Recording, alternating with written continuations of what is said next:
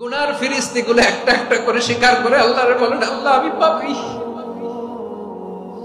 আল্লাহ আমার চেয়ে বড় পাপী এই দুনিয়াতে কেউ নাই, আকাশের নিচে জমিনের উপরে আমার চেয়ে বড় পাপী কেউ নাই। একটা একটা করে আল্লাহ স্বীকার করি আমি পাপী, সব পাপের স্বীকৃতি দিলাম।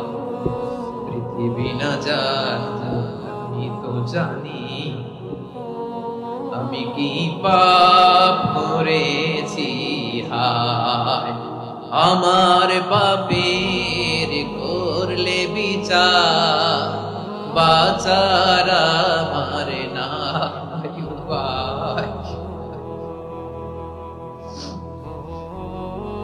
দয়াময় তুমি মাফ করো আমায়,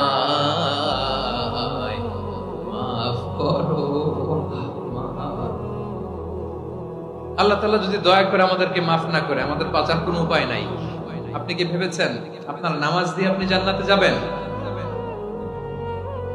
আপনি তাহাজ্জুদ গুজার, সেজদা দিতে দিতে কপালে দাগ ফেলেছেন, এটা আপনারা জান্নাতে নেবে না। আপনি এলাকার সবচেয়ে বড় হাতেম তাই দানশীল, এই দানের ভরসায় বসে আছেন, কশিন কালো না। আমাদের নামাজ, আমাদের রোজা, আমাদের ইবাদত, এগুলোকে মিজানের পাল্লায় উঠালে কোনো ওজনই হবে না।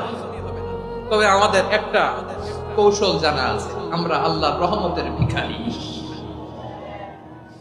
আমরা সেদিন আগেই গুনার স্বীকৃতি দিয়ে দেব। আমরা বলবো, আল্লাহ তুমি প্রশ্ন করার আগে তোমার একটা কথা বলি, আমারে কিছু জিজ্ঞেস করো না, আমি সব করেছি। এমন কোন পাপ নাই যে পাপ আমারে দিয়ে হয় নাই। তোমার রহমত দিয়ে তুমি জান্নাতে পাঠাবা, তোমার দয়ায় জান্নাতে যেতে চাই, আমল দিয়ে না। পারবেন বলতে? কিয়ামতের দিন আমরা বলবো, আল্লাহ আমার আমল দিয়ে জান্নাত চাই না, আমি তোমার দয়া দিয়ে জান্নাত চাই। তোমার দয়া ছাড়া আমার কোনো উপায় নাই।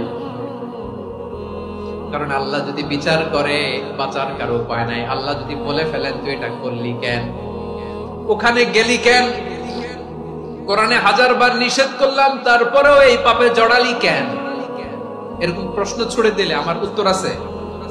বাঁচার কোনো উপায় আছে? রোজ হাসরে হে আল্লাহ আমার করোনা বিচার, করোনা বিচার, বিচার চাহি না তব দয়া চাহি, এ গুনাহগার